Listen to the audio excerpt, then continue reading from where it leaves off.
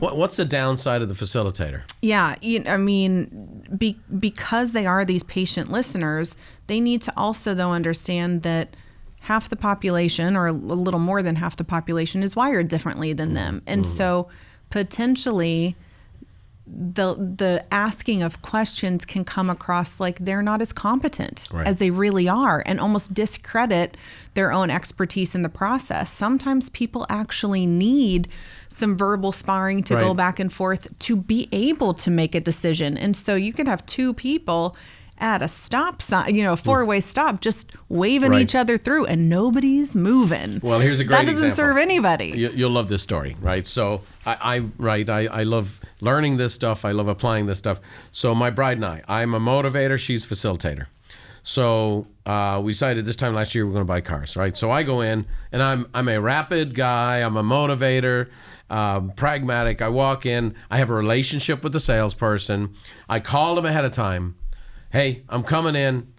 I'm getting rid of the Maserati. I'm looking for a Mercedes. You're my guy. I bought cars from you before. Have a couple things lined up. I go in.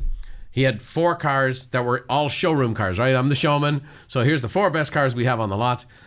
At the time, there was overbidding on cars. Yes. He said, Mr. Buffini, I already put in a deposit on this one, just in case you wanted it. I go, look, yeah, great. I like that one. Do you want to test drive it? If we have to. No, I really want to show you how it works and all that. Great. We go in, boom, great. How quick can I get out of here? Love the car. And by the way, I enjoy the car more now, and I realize, oh, man, this thing was really a good purchase. My bride's a facilitator. So I know that same method isn't going to work for her. Mm-hmm. So I actually took her to a different dealership, and the salesman was a wonderful guy. And he was just like her. And he was a facilitator, and he gave her information, and he educated her, and he showed her all the technology. I actually was with her, and then I would pop out and make calls and do this, because I am like literally dying if I'm going to find out what every button does and all the map, and she's all into it, and they're reading the manuals together, and they're going through this whole thing, and so on and so forth. And he created a wonderful environment. He spent 2.5 hours with her, and thankfully I had a lot of work to do in the parking lot. And then I come back in and check in her once in a while to see if we were getting any closer. And at the end of the time, he created this wonderful environment. He educated her. She had a really good feeling about the guy. And I go, what do you want to do? She goes, well, I just want to think about it a little bit more. And he gave me some literature to go home. So she's like, I have to read this literature he gave me. So we're walking out the door. And I said to him, look, I really appreciate you took care of my wife. I said, can I ask you a question? Do you ever feel like you miss out on sales? And his face turned bright red. Oh. He goes, what do you do? And I said, well, I kind of help a lot of salespeople. It's one of the things I do. And he goes, I love to help people. I love to serve people. I want them to buy the right car.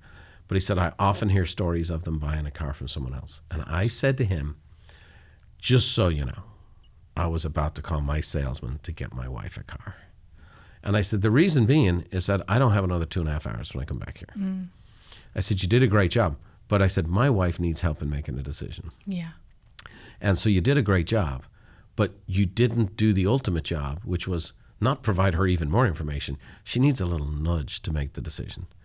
And so I said, hon, would it be okay if you didn't have to read those papers? We came back and out of the car. She says, yeah, okay. And she went in, and she was like almost like I didn't do my homework. And he's like, and he's looking at me. And he said, Mrs. Buffini, your husband says you really like the car. Yes, I really do. Would you like to take the car home tonight? I kind of had to tell him to say that. Yeah, but he listened. And that's she the goes, best part. Yeah. Here's the thing. He was about to lose another sale. He was a wonderful guy who treated my wife great. I needed the rapid motivator because that's how I am. She needed the facilitator, but this facilitator sometimes can be like, the wallflower at the dance that won't get up and dance because they're just waiting to be asked. And so he created the environment and then created the environment and created the environment and then missed out on the sale. And I had to, now because of what you've taught me and how I've learned this process, I knew what I was dealing with the whole time. She's a facilitator, he's a facilitator, and it's like a snail going on a date with the turtle. You know what I mean? Like they're never going anywhere.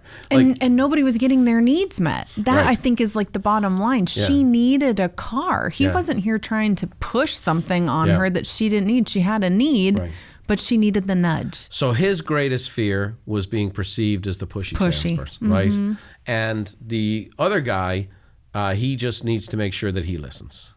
And so that's, as you talk about that, right, that's selling style. Yeah. We all have that. And in the business world, you have to be aware. Like, now, what's one of the things that's interesting, as you well know, with our database, is I'm this motivator who's attracted to himself an awful lot of facilitators.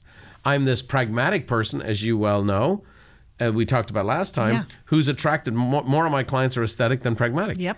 And that's because as I'm the lead spokesman for our organization, or if I'm on stage communicating over the past 27 years, I know how to be myself fully, but then also realize there's other people who are wired up differently, and I have to communicate the way they need to be communicated with.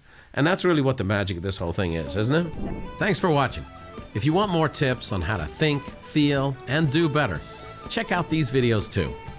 Oh, by the way, don't forget to subscribe to the channel and leave us a like if you enjoyed the content.